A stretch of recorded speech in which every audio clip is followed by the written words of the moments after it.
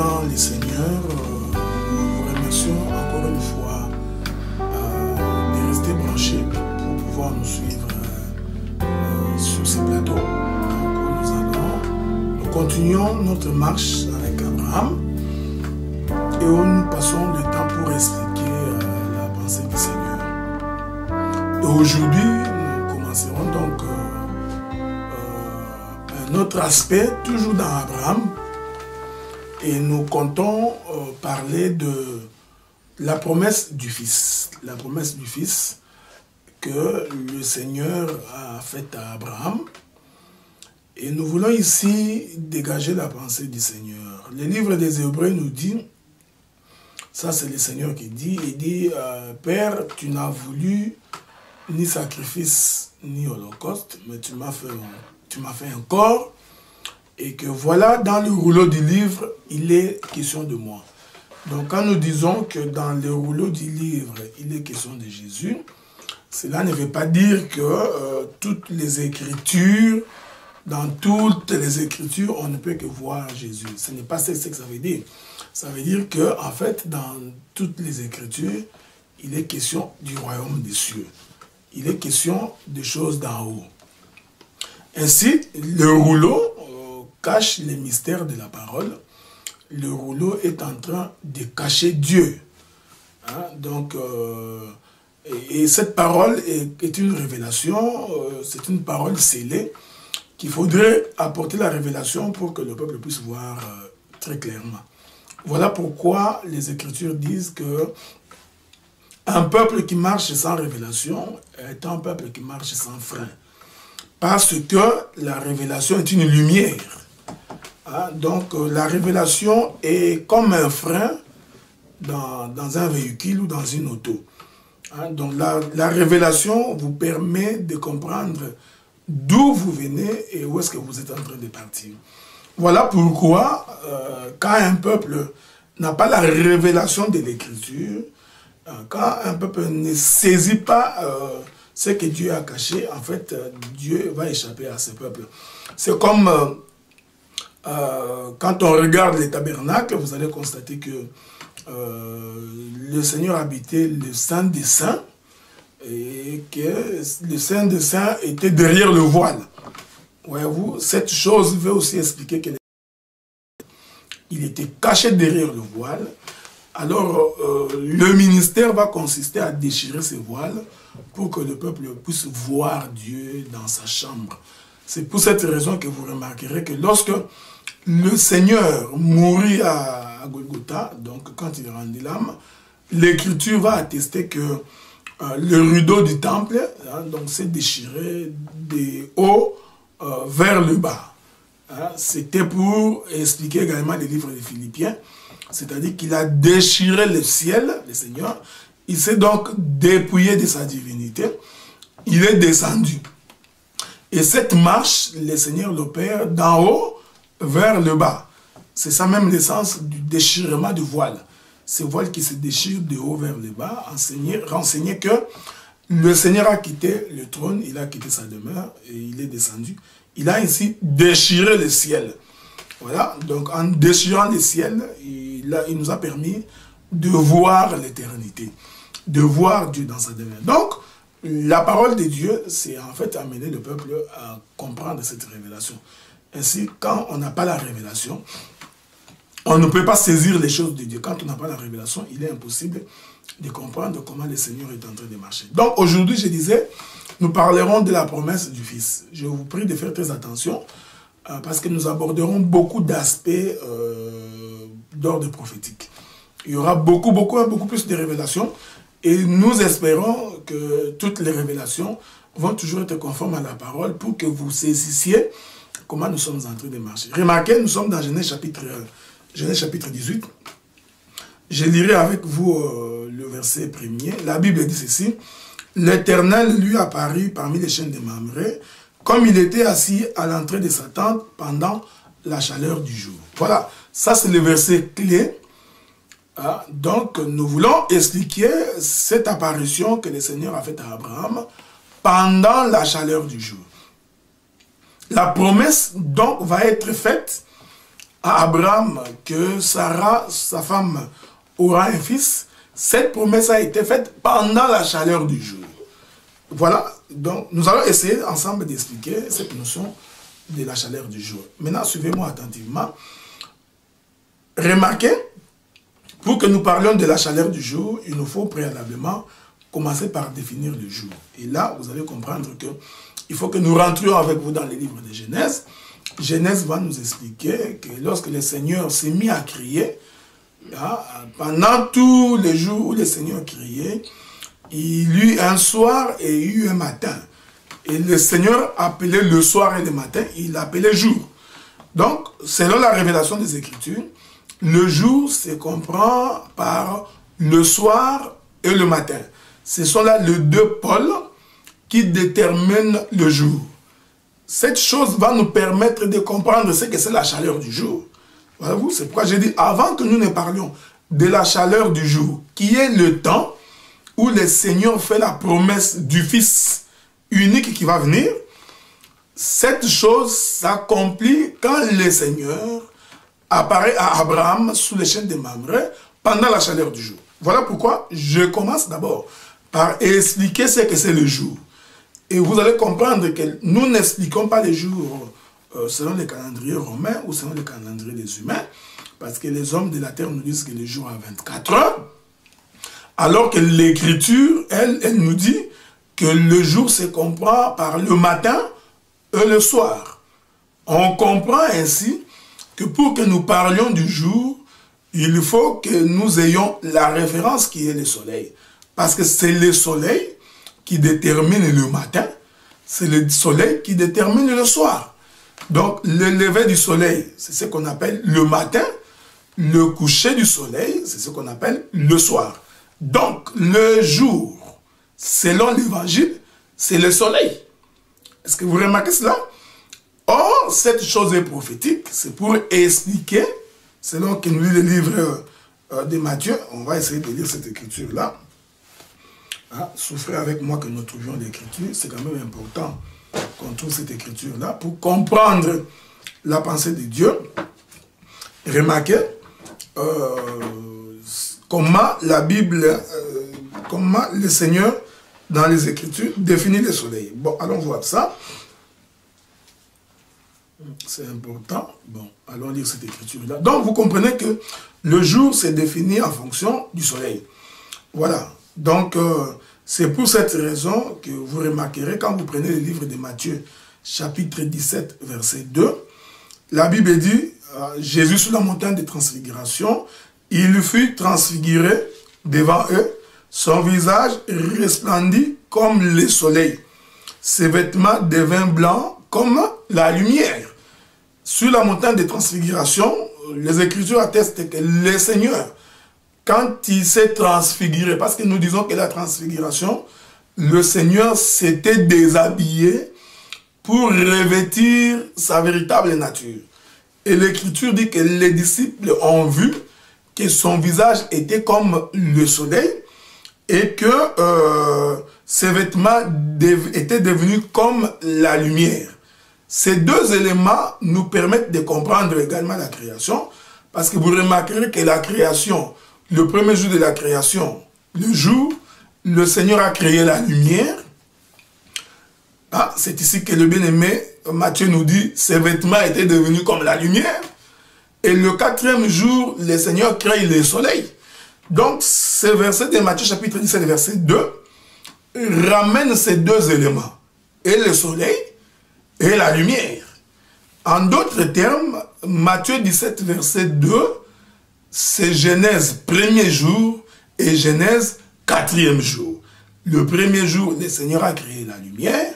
Le quatrième jour, la lumière du premier jour porte un corps, et c'est ce corps qu'on appelle le soleil.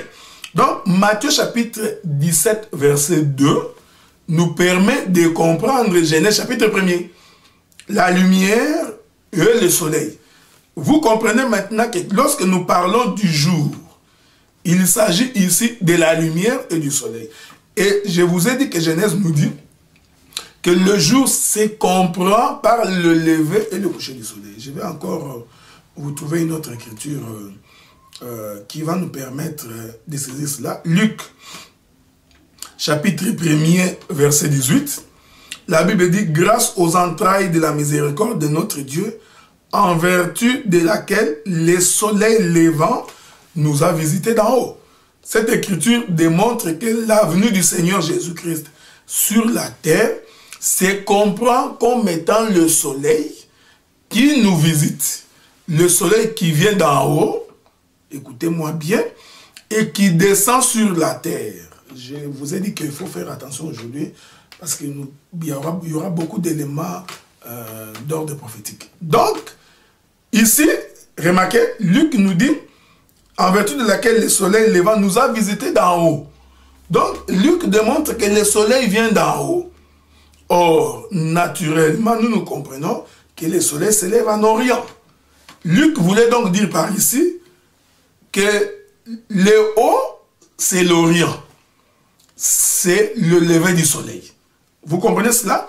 Et il dit, en vertu de laquelle le soleil nous a visités d'en haut. Donc, le soleil a quitté le haut pour nous visiter en bas. Le bas devient donc l'Occident, là où le soleil se couche. Écoutez-moi attentivement. Vous comprenez? Parce qu'ici, la géographie que nous expliquons ici, ce n'est pas la géographie des humains. Nous expliquons la géographie de l'Évangile. Donc, selon l'Évangile, la géographie humaine nous permet de comprendre que le soleil se lève en Orient et se couche en Occident. Mais l'Évangile, lui, vient nous dire que l'Orient, c'est le haut, c'est le ciel, et que le bas, c'est l'Occident. Ceci nous permet de comprendre le jour. Donc, le jour, c'est deux pôles, le haut et le bas. Vous comprenez que le haut, c'est le ciel, le bas, c'est la terre. Cela nous permet de comprendre pourquoi le livre de Philippiens, chapitre 2, nous dit que le Seigneur Jésus-Christ ne considérera pas le fait qu'il soit égal à Dieu. C'est dépouillé de sa divinité. Vous comprenez? Il a donc quitté son trône et qu'il est descendu en devenant semblable aux hommes et en acceptant de mourir. Vous remarquez cette chose-là? Donc, le Seigneur quitter le trône, descendre pour mourir, ça expliquait la course du soleil. Or, c'est le soleil qui détermine le jour. C'est le soleil qui nous détermine le matin et le soir. Nous allons lire une écriture qui va nous permettre de bien faire asseoir la chose. Quand vous prenez le livre de Psaume dans son chapitre 19, le verset 6, la Bible dit « Le soleil semblable à un époux qui sort de sa chambre s'élance dans la carrière avec la joie d'un heureux. » Le psalmiste ici, il va comparer le soleil à un époux.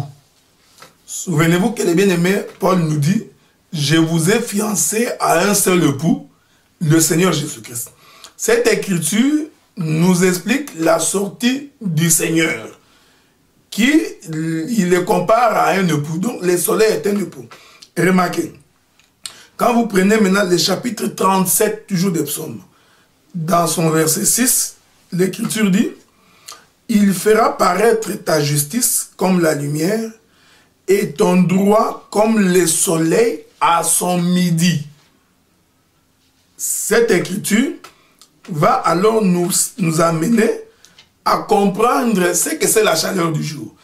Parce que quand la Bible dit que le Seigneur a rencontré Abraham, l'Éternel lui apparut sous les chênes de Mamré pendant la chaleur du jour ne veut rien d'autre dire que le milieu du jour.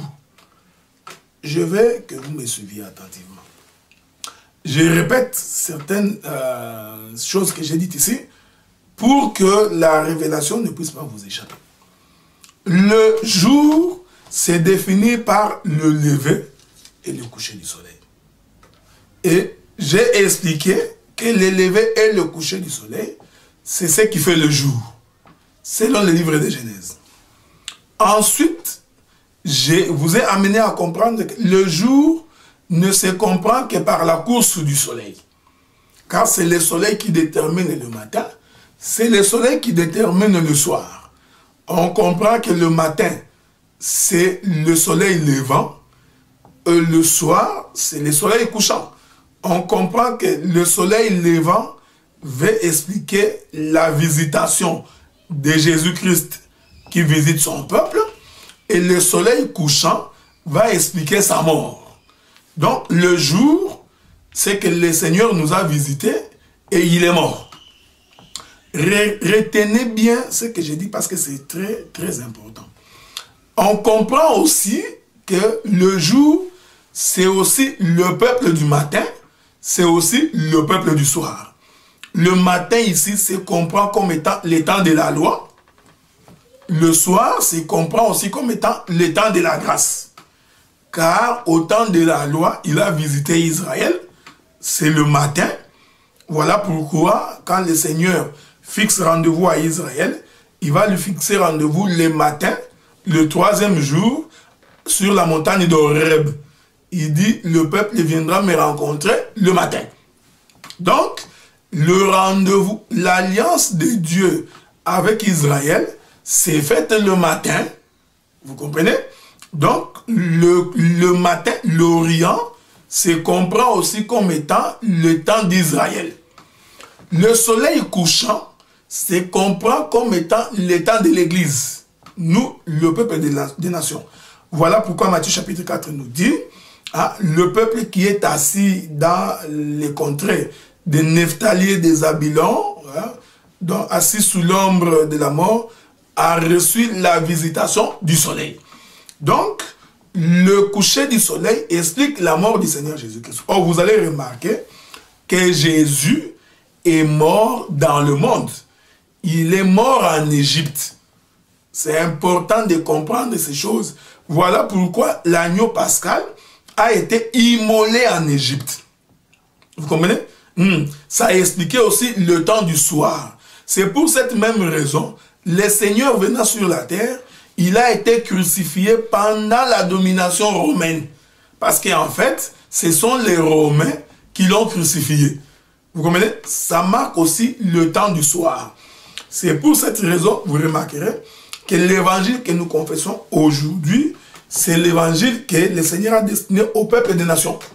À nous, le peuple du soir. Israël, lui, est toujours dans l'aveuglement. C'est comme ça que nous comprenons le jour. Maintenant, nous disons ceci. Quand l'Écriture dit qu'Abraham rencontre l'Éternel au milieu du jour, donc nous comprenons que le milieu du jour, c'est midi. Je vais ici donner quelques écritures pour me faire comprendre. On va lire l'Écriture. C'est important. C'est très très important qu'on puisse saisir cette chose-là. Hein? Donc, parce que si on ne saisit pas ça, ça va être très compliqué à comprendre cela. Bon, je vais vous lire une écriture. Je crois que c'est Matthieu qui l'a dit. Espérons que je vous trouverai cette écriture-là. Parce que c'est important. Parce que nous voulons ici expliquer le milieu du jour. Hein? Donc, pour expliquer le milieu du jour, il faut que j'évoque une écriture. Et c'est cette écriture-là qui nous permet de saisir la pensée du Seigneur. Je crois que c'est Matthieu qui l'a dit. Hein? Attends, je vais voir ça. Non, c'est pas Matthieu. Allons voir un peu Jean. Voilà. Nous sommes avec vous dans le livre de Jean, dans son chapitre 20. Non, chapitre 11, verset 9. La Bible dit, Jésus répondit, n'y a-t-il pas 12 heures au jour? Si quelqu'un marche pendant le jour, il ne bronche point parce qu'il voit la lumière de ce monde. Selon l'évangile, écoutez-moi attentivement, le jour n'a pas 24 heures. Selon l'évangile, le jour a 12 heures. Suivez-moi bien. Je répète. Le jour, c'est le lever et le coucher du soleil. Cela veut dire en d'autres termes, du lever du soleil jusqu'au coucher du soleil, il n'y a que 12 heures. C'est pourquoi le Seigneur dit dans le livre de Jean, il dit, n'y a-t-il pas 12 heures au jour? Si quelqu'un marche pendant le jour, il ne bronche point parce qu'il voit la lumière de ce monde. Donc, le Seigneur, Dieu, il définit que le jour à 12 heures. Je vais encore vous trouver une autre écriture. Hein. C'est aussi important que je vous trouve une autre écriture parce que ça nous permet également de saisir la pensée du Seigneur. Allons trouver une autre écriture. Je crois que c'est Matthieu qui va aussi nous aider à comprendre cela. Nous sommes dans Matthieu chapitre 20. Je vous lirai seulement le verset 6.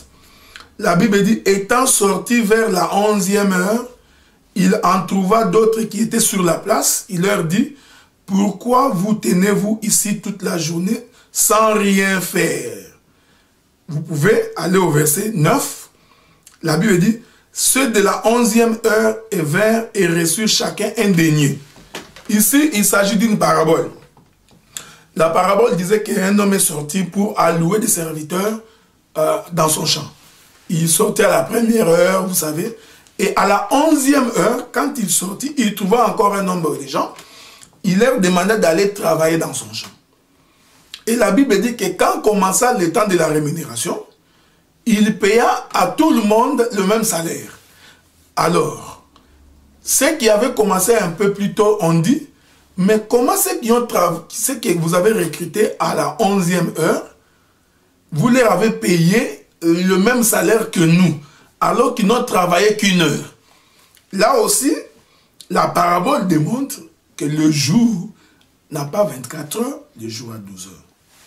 Vous allez ainsi comprendre que le milieu du jour, c'est 6e heure. Retenez ça très bien.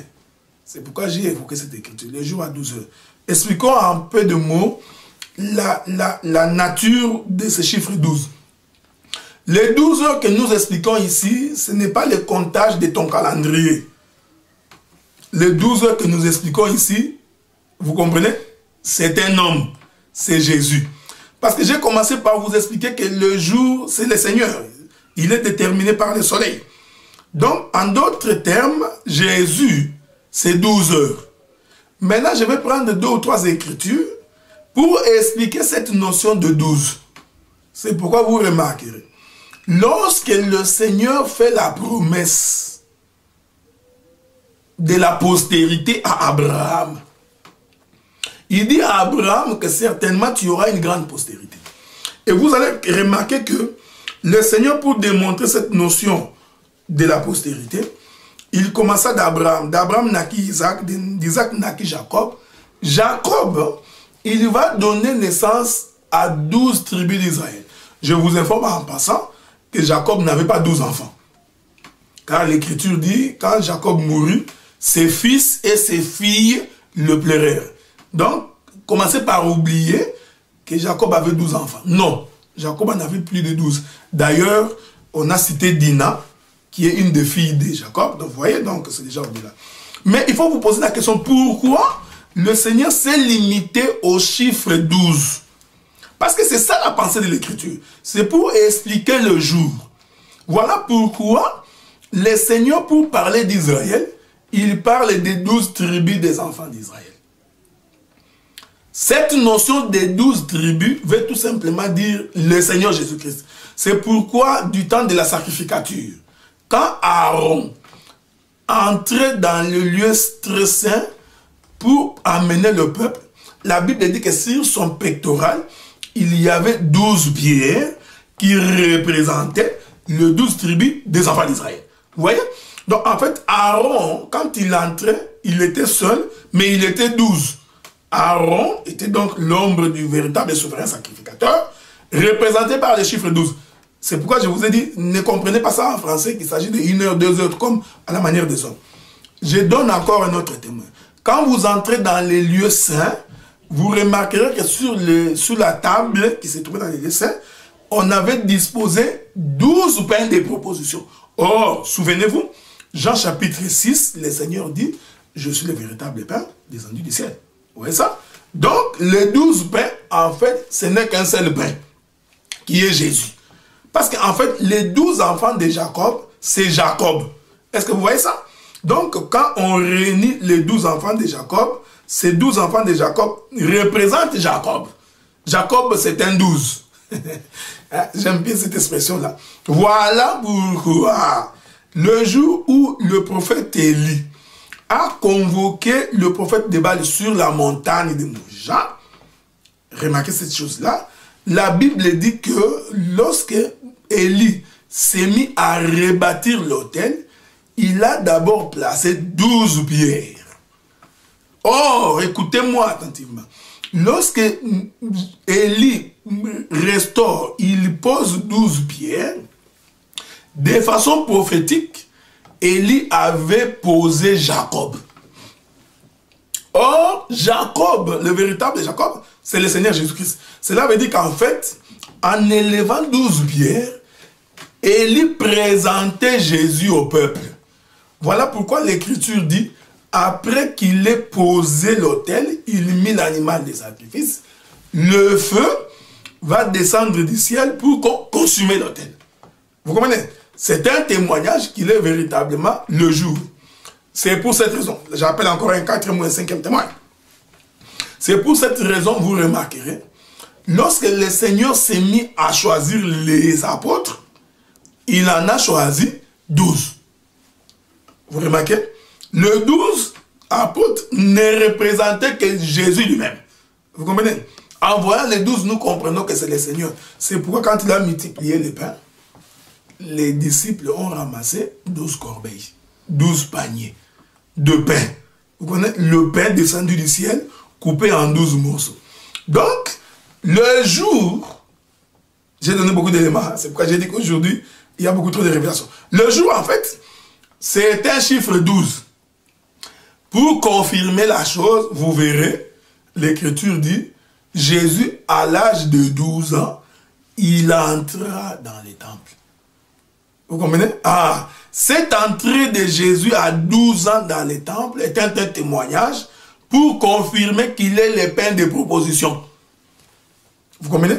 Et il était en train de faire quoi? De partager la parole avec les sacrificateurs qui étaient dans les temples.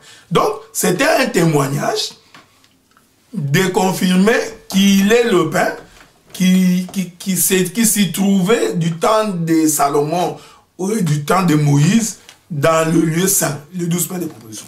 Voilà, ça c'est l'élément que je voulais ajouter pour faire comprendre la chaleur du jour.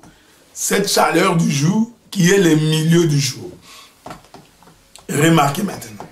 Donc, le milieu du jour, c'est le chiffre 7. Parce que quand vous divisez 12 en 2, vous avez le chiffre 6. C'est ce que je voulais dire. J'ai dit 7, non, c'est le chiffre 6. Donc, le milieu du jour, selon l'évangile, c'est le 6e. Écoutez-moi bien, parce que nous sommes en train de faire maintenant la descente. Le milieu du jour, c'est donc le chiffre 6. Car l'Écriture dit que c'est en plein midi que l'Éternel a apparu à Abraham. Et c'est en plein midi qu'il va faire la promesse à Abraham. Il dit, l'an prochain, à la même époque, de quelle époque s'agissait-il? Il s'agissait du milieu du jour, quand le soleil sera au zénith. Pour que tu saches que moi, Dieu, je suis revenu, ta femme, Sarah, sera enceinte. Est-ce que vous comprenez? Le Seigneur dit à Abraham, l'an prochain, à la même époque, je reviendrai. On va lire cette écriture-là. Dieu n'avait pas dit qu'il va envoyer quelqu'un. Il a dit qu'il reviendra. Bon, souffrez avec moi que nous trouvions l'écriture. Hein, c'est important. Parce que sans écriture, des fois, il est très difficile de comprendre les choses de Dieu. Bon, on va lire cette écriture-là. J'espère que je vais la trouver facilement. Vous savez, aujourd'hui, avec la technologie, c'est plus facile de rechercher les écritures que d'aller fouiller dans des papiers. Hein. Bon, allons lire une écriture dans Genèse. Nous sommes dans Genèse chapitre 18, là où nous étions. Je lis d'abord le verset 10. La Bible dit, l'un d'entre eux dit, je reviendrai vers toi à cette même époque. Voyez comment le Seigneur est merveilleux, frère. Il dit, il n'a pas dit qu'il va envoyer quelqu'un. Il dit, moi, car c'était le Seigneur qui parlait, car la Bible dit que l'Éternel apparaît à Abraham sous les chaînes de Mamré. Nous comprenons que c'est l'Éternel qui parle. Il dit, je reviendrai vers toi à cette même époque. L'époque, souvenez-vous que Genèse nous dit que Dieu a créé le soleil, la lune et les étoiles pour présider au jour, pour marquer les années, les époques et les jours. Donc, le soleil, c'est un signe pour marquer l'époque. Celui qui parle ici dans Genèse chapitre 18, c'est le créateur. C'est lui-là qui a créé le soleil pour marquer l'époque. Maintenant, nous sommes ici en train de comprendre l'époque. Parce que l'époque, c'est déterminé par le soleil tel que je l'ai expliqué. Il dit, je reviendrai vers toi à cette même époque. De quelle époque il s'agit? Il s'agit de l'époque où le soleil est au zénith, pendant la chaleur du jour. J'ai marché avec vous pour vous expliquer ce que c'est le jour. Et je suis maintenant en train d'expliquer le milieu du jour, qui est l'époque où celui-ci, il dit à Abraham qu'il va revenir. Maintenant, le Seigneur démontre comment il y reviendra. Il dit, et voici, Sarah, ta femme, aura un fils. Ah, pour que tu comprennes que je suis revenu, tu le comprendras par le fils. Le fils, en fait, c'est Dieu qui revient. Est-ce que vous voyez cela? C'est pourquoi quand nous disons que Jésus est Dieu, il ne s'agit pas d'un slogan. Il s'agit d'une démonstration de l'Écriture. Pour que tu saches que moi, l'Éternel, je suis revenu, le deuxième signe, c'est que Sarah, ta femme, aura un fils. Quand vous verrez le fils, c'est alors que vous saurez que le Père est revenu, que l'Éternel est là. Vous comprenez ce que nous disons, frère? Cette chose-là est importante. Et c'est pendant le milieu du jour. Et nous sommes en train d'expliquer ici que le milieu du jour, c'est la 6e heure. Je vais finir par... Je n'ai pas fini, lisons le verset 14. Le verset 14 dit ceci. Y a-t-il rien qui soit étonnant de la part de l'Éternel? Au temps fixé, je reviendrai vers toi à cette même époque et Sarah aura un fils. Donc, le Seigneur démontre que le fils, c'est le Père. Mais pour que tu saisisses que c'est le Père, c'est qu'il faut que Sarah tombe enceinte. Mais il va tomber enceinte quand? À la 6e heure, au milieu du jour. Maintenant, rentrons dans Genèse. Nous allons maintenant expliquer le chiffre 6. Mais avant que je n'explique le chiffre 6, je vais dire deux choses. Le milieu, c'est le moment où le soleil et l'ombre se confondent. C'est le moment où le corps et l'ombre se confondent. Je vais m'expliquer très très bien. Le soleil quitte l'Orient. La première heure commence. Donc, de la première heure jusqu'à la 6e heure, c'est la moitié du jour. C'est une ombre d'un côté. À partir de la 6e heure jusqu'à la 12e heure, c'est l'autre moitié du jour. C'est aussi une ombre. Vous remarquez? Par rapport à la position du milieu, nous avons deux ombres. Il y a l'ombre à gauche et il y a l'ombre à droite. Or, pour que l'ombre de gauche et l'ombre de droite s'assemblent, c'est seulement au milieu du jour. Quand le soleil arrive au milieu du jour, les deux ombres se rétrécissent dans le corps. On va lire une écriture. C'est important. C'est important. Or, vous allez comprendre que le milieu, c'est le Seigneur Jésus-Christ. On va lire ça. C'est important. Hein? C'est très, très important. Je crois que c'est Cantique des Cantiques qui va nous aider à comprendre cela. J'espère que je vais trouver cette écriture-là. Nous sommes avec vous. Cantique des Cantiques. On va prendre plusieurs écritures, hein, donc qui permettent de comprendre cela. Je vais d'abord lire Cantique des Cantiques, chapitre 1er, verset 10. La Bible dit, tes joues sont belles au milieu des colliers, ton cou est beau au milieu des rangées de perles. Comme un lit au milieu des épines, tel est mon ami parmi les jeunes filles. Comme un pommier au milieu des arbres de la forêt,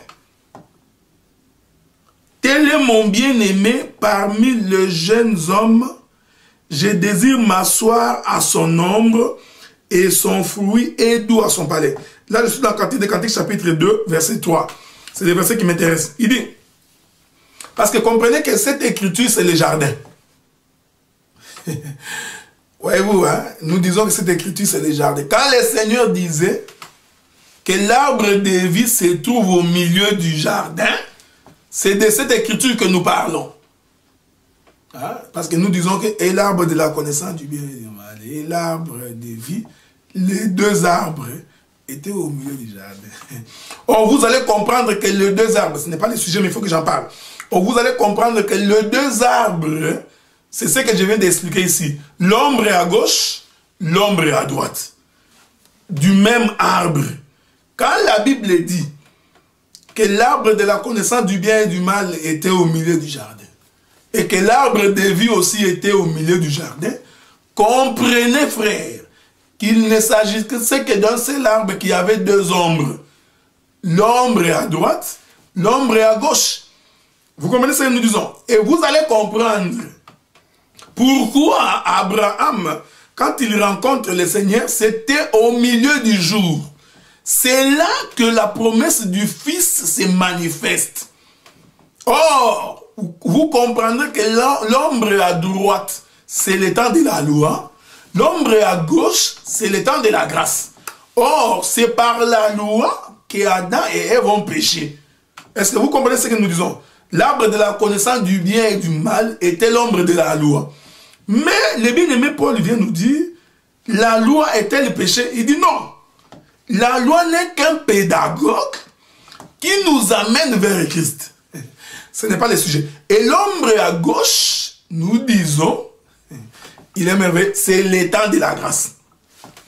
Mais l'arbre était au milieu. C'est ce que le bien-aimé Salomon dit dans Cantique des Cantiques. Il dit, comme un pommier au milieu des arbres de la forêt. Or, ici, les arbres de la forêt, c'est le jardin. Tel est mon bien-aimé parmi les jeunes hommes. Je désire m'asseoir à son ombre et son fruit est doux à mon palais. Ici, Salomon va démontrer que l'homme du milieu, c'est le Seigneur Jésus-Christ. C'est lui notre bien-aimé. Maintenant, comprenez, frère, que lorsque l'Éternel apparaît à Abraham au milieu du jour, cela voulait tout simplement expliquer cette notion de ce quand l'ombre à gauche et l'ombre à droite vont se confondre dans la réalité. C'est pourquoi le Seigneur dit, nous sommes bâtis sur le fondement des apôtres et des prophètes, Jésus-Christ étant la pierre angulaire. Vous voyez, frère? Donc, les apôtres et les prophètes constituent l'ombre à gauche et l'ombre à droite. Jésus-Christ étant l'homme du milieu. C'est là que l'Éternel fait la promesse à Abraham.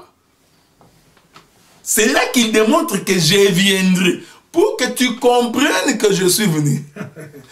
J'aime cette chose. L'Éternel est merveilleux. Tu ne peux le comprendre que lorsque nous atteindrons le chiffre 6.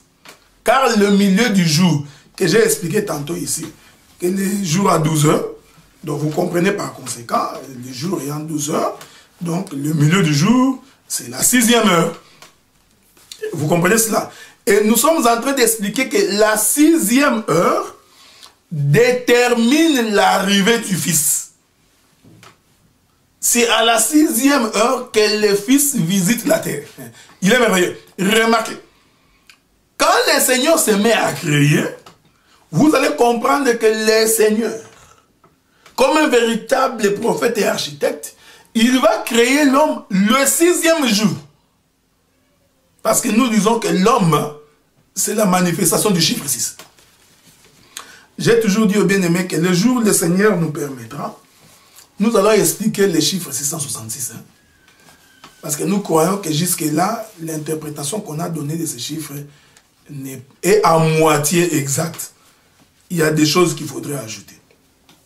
Le chiffre 6 est donc le chiffre de l'homme. Le chiffre d'Adam. Romain va nous dire que Adam était la préfiguration du véritable Adam qui est Christ. Donc nous comprenons pourquoi le Seigneur n'a pas créé Adam le 5e ou le 4e jour. Il a manifesté Adam le 6e jour pour se conformer à sa propre pensée. Je vais ajouter un autre élément. C'est très très important. Vous allez remarquer cela. L'Écriture dit, on va lire ça, que le Seigneur, pendant qu'il faisait les déplacements, il va rencontrer la femme samaritaine à la 6e heure.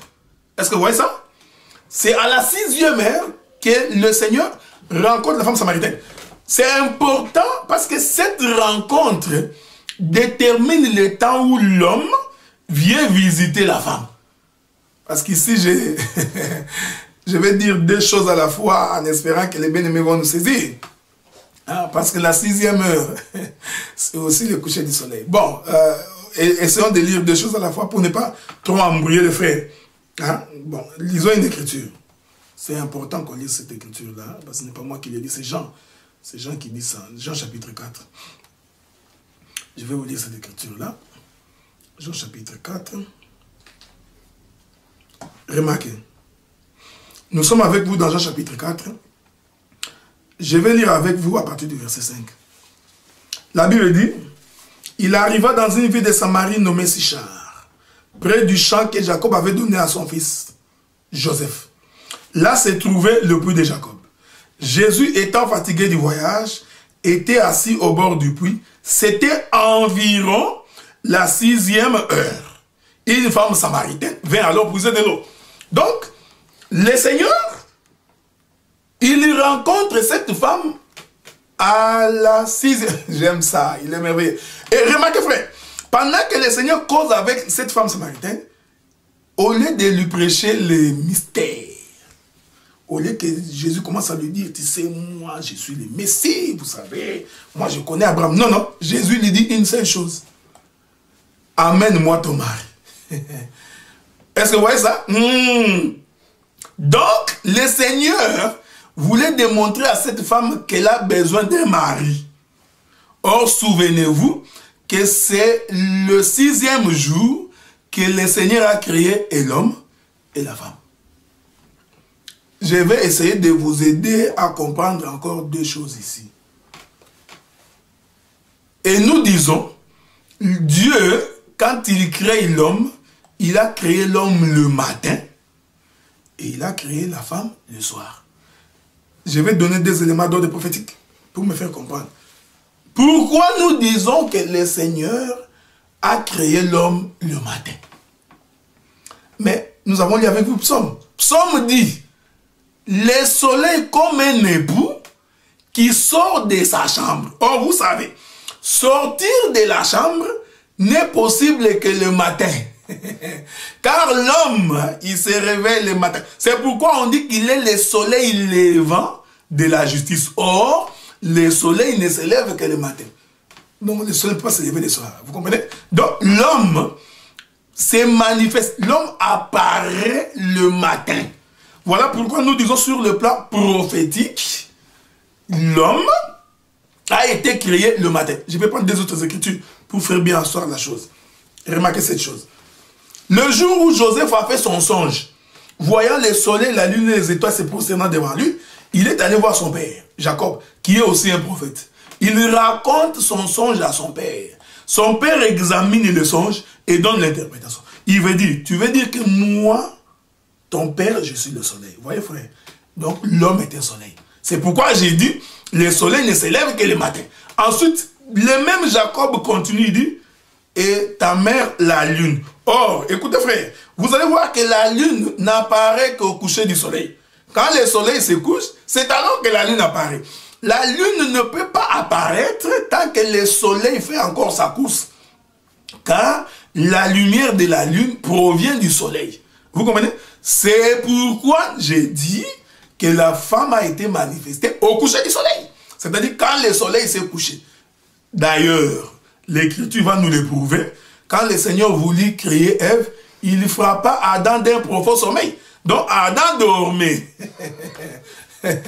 On ne peut dormir que la nuit. Donc quand Adam dormait, c'est alors que la femme a été manifestée, frère. C'est pour cette raison que vous remarquerez qu'à Golgotha, le Seigneur, quand il mourut, les ténèbres se sont abattues sur la terre. Le soleil venait de se coucher. On va ouvrir sa côte par un soldat romain. L'eau et le sang vont sortir, qui est le témoignage de la vie, de façon spirituelle. L'église, l'épouse venait de naître. Vous remarquez cette chose? Donc, je n'ai pas encore fini. Donc, c'est là où nous vous amenons pour comprendre que le 6e jour, le Seigneur crée l'homme. Et il a créé l'homme le matin, la femme le soir. C'est alors que j'ai évoqué l'écriture de Jean chapitre 4. Cette écriture de Jean chapitre 4, de la femme samaritaine, que beaucoup lisent sans comprendre le mystère. Cette écriture de Jean chapitre 4, remarquez, l'écriture, il les rencontre à la 6e heure. Ce n'est pas fini, parce que je vous ai dit que Dieu a créé l'homme le 6e jour le matin, la femme le soir. Cette écriture précise que Jésus était fatigué du voyage. Cette notion de la fatigue explique le coucher du soleil. Vous comprenez, c'est là où j'ai dit que la 6e heure se comprend aussi comme étant le coucher du soleil. Parce que la fatigue, c'est quand l'homme rentre chez lui pour finir la journée. Parce qu'on ne peut pas être fatigué le matin. Hein? Si tu es fatigué le matin, il n'y a que deux choses. Ou tu as travaillé la nuit, ou tu es un sorcier, tu t'es envolé la nuit. C'est comme ça que le matin, tu es fatigué. Mais c'est dans l'évangile. Ici, je ne voudrais pas dire qu'il ne faut pas travailler la nuit, hein, frère. Tu risques de faire mourir de faim ta famille. Nous voulons dire que selon l'évangile, le travail s'est fait pendant le jour. Voilà pourquoi Jésus a dit, pendant qu'il est encore jour, laissez-moi faire les œuvres de mon Père. Parce que quand il fera nuit, il n'y a plus du travail. Vous comprenez ce que nous disons? Donc, logiquement, le soleil, quand il s'élève, il fait le travail. Le soir, il est fatigué. Il va donc se coucher. C'est pourquoi Pilate, en regardant Jésus, il dit, pourquoi tu as l'air de quelqu'un qui est mort? Tu ne dis même pas. Parce qu'en fait, le soleil s'est couché. Le soleil était déjà fatigué parce qu'il avait déjà travaillé. Donc, quand Jean dit, Jésus étant fatigué du voyage, comprenez que cette expression est prophétique. Pour expliquer, c'est le coucher du soleil. C'est alors qu'elle va rencontrer l'épouse. La femme samaritaine était l'ombre de l'épouse. D'ailleurs, dans les milieux des Juifs, les Samaritains étaient considérés comme étant des gens de mauvaise vie. Ils étaient considérés comme étant des impurs. Donc, on comprend que cette femme samaritaine était donc l'ombre de l'épouse de l'Église qui venait rencontrer le véritable Adam pour avoir la vie. Cet événement s'est fait à la 6e heure. Je n'ai pas fini. Vous remarquez cette chose. Donc, on comprend que quand le Seigneur disait qu'il rencontre Abraham au milieu du jour, ça cachait cette pensée de l'homme, voyez-vous, qui est le Fils qui va se manifester sur la terre. Voilà pourquoi il dit à cette époque. C'est quelle époque? C'est l'époque où les deux ombres vont se résumer en Jésus. C'est là où nous disons, les apôtres parlent de Jésus, les prophètes aussi parlent de Jésus. Les deux sont donc les deux piliers qui font asseoir la chose. Donc quand un prédicateur prêche, il peut évoquer les prophètes pour expliquer Jésus. Il peut également évoquer les apôtres pour expliquer Jésus. Les deux expliquent la personne de Jésus. Je n'ai pas fini. On va lire une écriture. C'est important. Il nous reste encore quelques dizaines de minutes. C'est là qu'on va courir pour aller finir avec une écriture. C'est très important. Je crois que c'est dans le livre de Luc. Je vais essayer de vous trouver cette écriture-là pour très bien me faire comprendre. Voilà. Donc, c'est Luc, je crois. En tout cas, moi que je ne m'abuse. Voilà. Nous sommes dans Luc chapitre 1er. Lisons quelques 2-3 écritures et nous allons devoir atterrir pour aujourd'hui. La Bible dit ceci dans le livre de Luc, dans son chapitre 1er, au verset 26.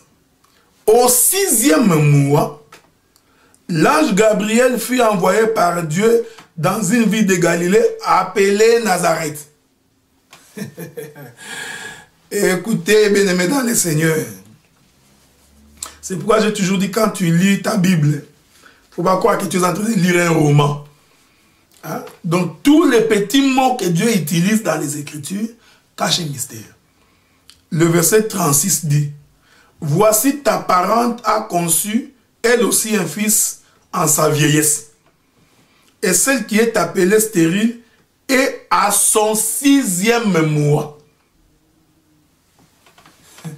Bon, remarquez, frère. Remarquez quelque chose, parce qu'il ne reste pas beaucoup de minutes, on va courir. L'Écriture dit que lorsque Zacharie est sorti du temple, il rentre chez lui, Élisabeth va tomber enceinte. Maintenant, quand la grossesse d'Élisabeth arrive à son 6e mois, écoutez-moi bien.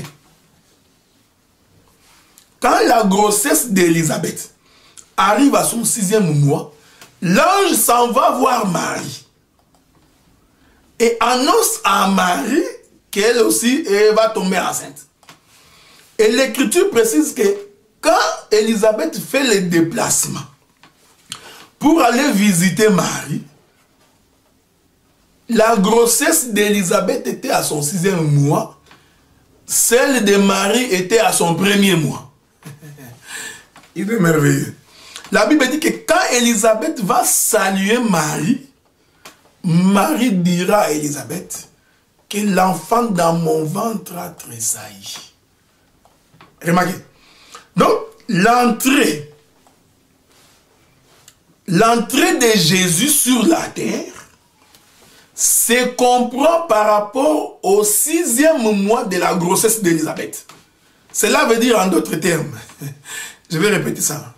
Jean-Baptiste était plus âgé de Jésus de 6 mois. C'est encore là le chiffre 6.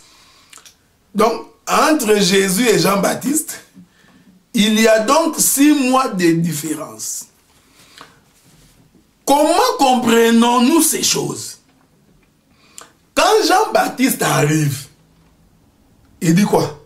Je suis la voix de celui qui crie dans le désert. Est-ce que vous remarquez cela? Donc, en réalité, Jean-Baptiste lui-même ne criait pas.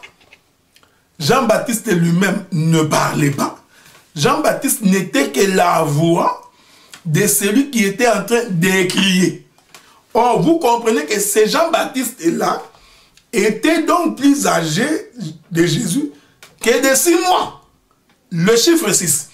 Cela typifiait 2 choses. Cela typifiait le fait que l'homme, Jésus, s'est manifesté sur la terre dans le chiffre 6, qui est le milieu du jour. C'est ce qu'on explique par l'homme du milieu. Remarquez maintenant. Lisons une écriture. Parce que ça aussi, c'est important qu'on lise cette écriture-là. Pour essayer de nous faire asseoir par rapport à cela.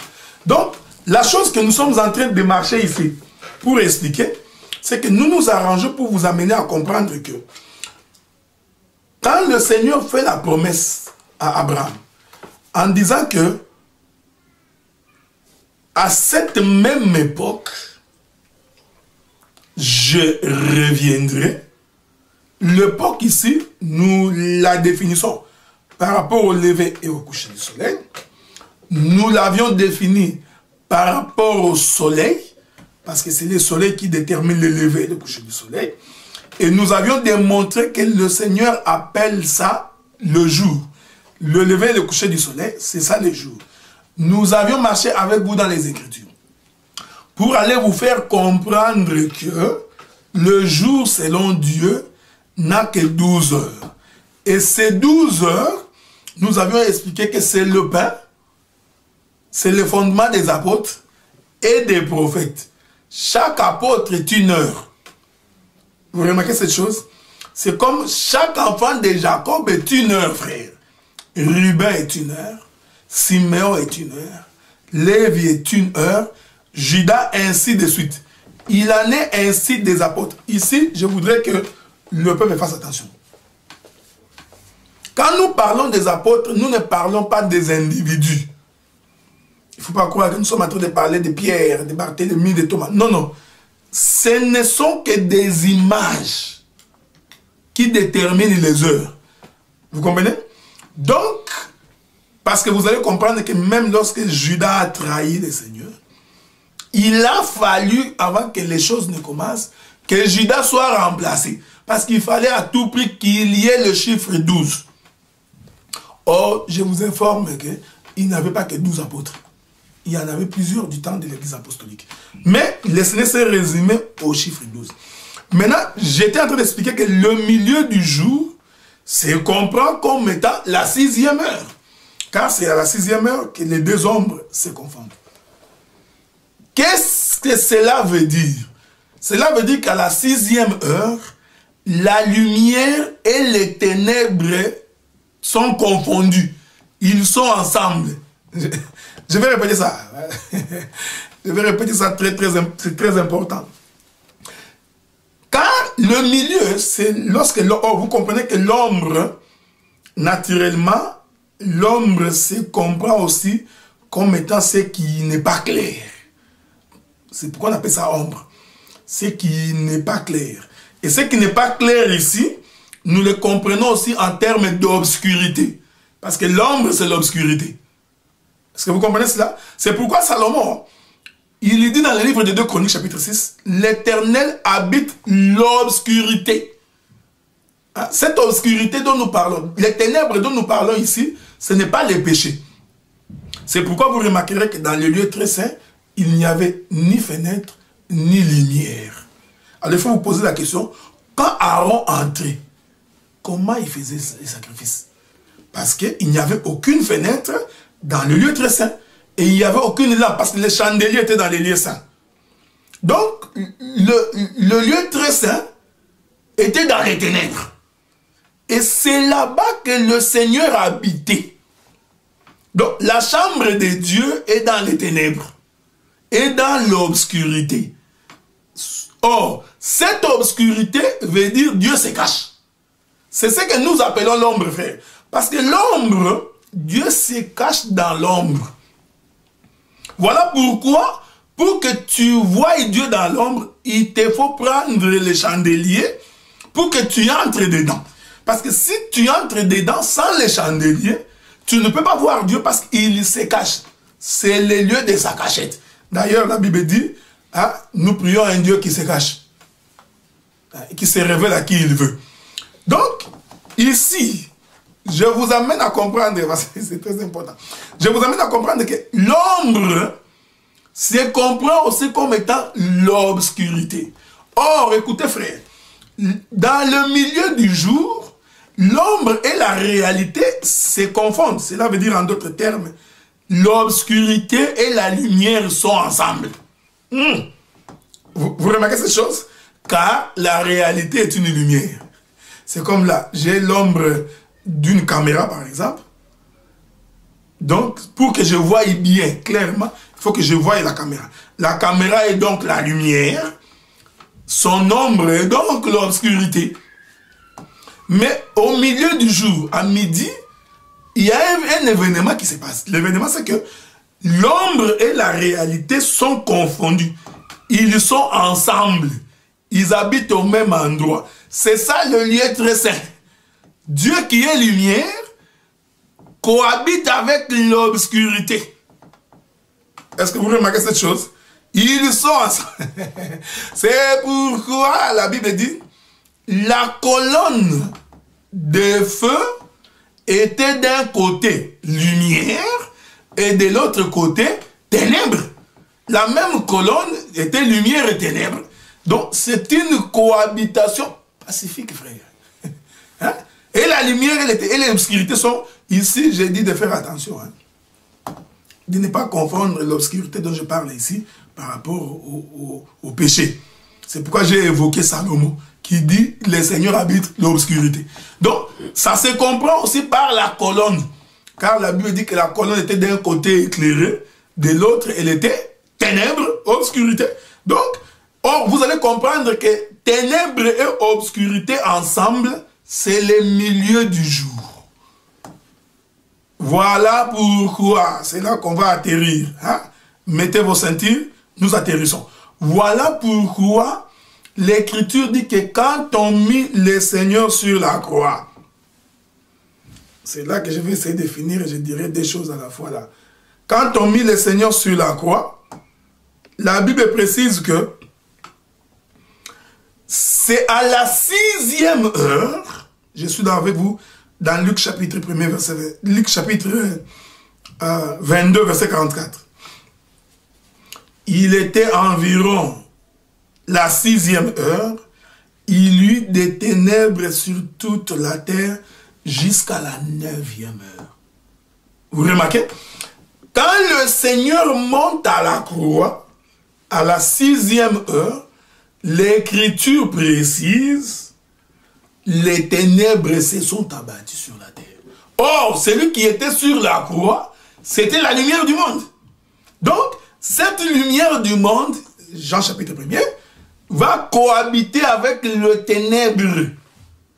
Cet événement s'est passé à la 6e heure. Je vais encore vous trouver notre écriture. Une écriture qui trouble beaucoup de gens. Jean chapitre 4 d'abord. Non, Jean chapitre 19. Voyez-vous, Luc chapitre 23 nous dit qu'à la 6e heure, le Seigneur était à la croix et qu'il y avait des ténèbres à la surface de la terre. Ça, c'est Luc qui nous dit ça. Ça, c'est Luc. Mais Jean, lui, il dit autre chose. Jean chapitre 19, verset 14. Jean dit, c'était la préparation de la Pâque, environ la 6e heure. Pilate dit aux Juifs, voici votre roi. Regardez, frères. Luc nous dit qu'à la 6e heure, Jésus était sur la croix, en train de mourir, et qu'il y avait les ténèbres. Jean nous dit qu'à la 6e heure, il était devant Pilate. Qui des deux dit la vérité? C'est ça l'évangile. Oh, vous allez comprendre que Jean est un prophète. Faut bien, on n'a pas le temps d'expliquer. Le jour où on expliquera les 4 êtres vivants, vous allez comprendre que Matthieu, c'est le lion, Marc, c'est le veau, c'est les serviteurs. Vous comprenez? Luc, c'est l'homme, alors que Jean, c'est les prophètes. C'est pourquoi vous remarquez, quand vous lisez les livres de Marc, par exemple, vous verrez, dès le premier chapitre, on commence par Jésus commença à travailler. Directement les miracles, c'était les serviteurs, tout ça. Donc, c'est le veau, le travail. Alors que Jean, lui, quand il commence son évangile, il dit, au commencement, il parle en prophétie. Jean, lui, quand il commence, c'est directement les prophètes. C'est l'aigle, en fait. Or, vous allez comprendre que Jean, quand il présente Jésus à la 6e heure, il ne le présente pas à la croix. Il le présente devant Pilate. Or, qu'est-ce que Pilate faisait? Pilate condamnait Jésus. La sentence tombait. Donc, de façon prophétique, Jésus était mort. La sentence déterminait sa mort. Ici, Jean a parlé comme un prophète. Ils ne se sont pas contredits. Ici, vous verrez, il présente que quand Pilate livre Jésus, il livre Jésus à la 6e heure. Et là, Luc va confirmer que c'est à la 6e heure que Jésus, qui se disait être la lumière du monde, verra tout d'un coup les ténèbres s'abattre sur lui. C'est là où nous disons la cohabitation de la lumière avec l'obscurité. Et ça, c'est une tente, frère. C'est une maison. Parce que l'obscurité, c'est ça même la tente de Dieu. C'est là où Dieu se cache. C'est ça son vêtement. La lumière était donc cachée dans l'obscurité. C'est ça le corps du corbeau. C'est pourquoi vous remarquerez le corbeau est tout noir avec une petite tache blanche. C'est en fait les ténèbres qui couvrent la lumière. Bien-aimés dans le Seigneur. Donc, vous comprenez que la promesse du Fils, c'était que Dieu lui-même va descendre. Et le Seigneur ici, il va donc donner les signes de sa venue, les signes de sa présence. Et ça, nous les comprenons par le milieu du jour. Le temps nous manquerait d'expliquer aussi la rencontre de Paul avec Jésus sur le chemin d'Emmaüs. Parce que nous disons aussi que Paul a rencontré le Seigneur pendant que le soleil était au zénith. C'était au milieu du jour. Cette chose-là aussi explique le chiffre 6. Voilà, bien aimé dans le Seigneur. Nous mettons là un point.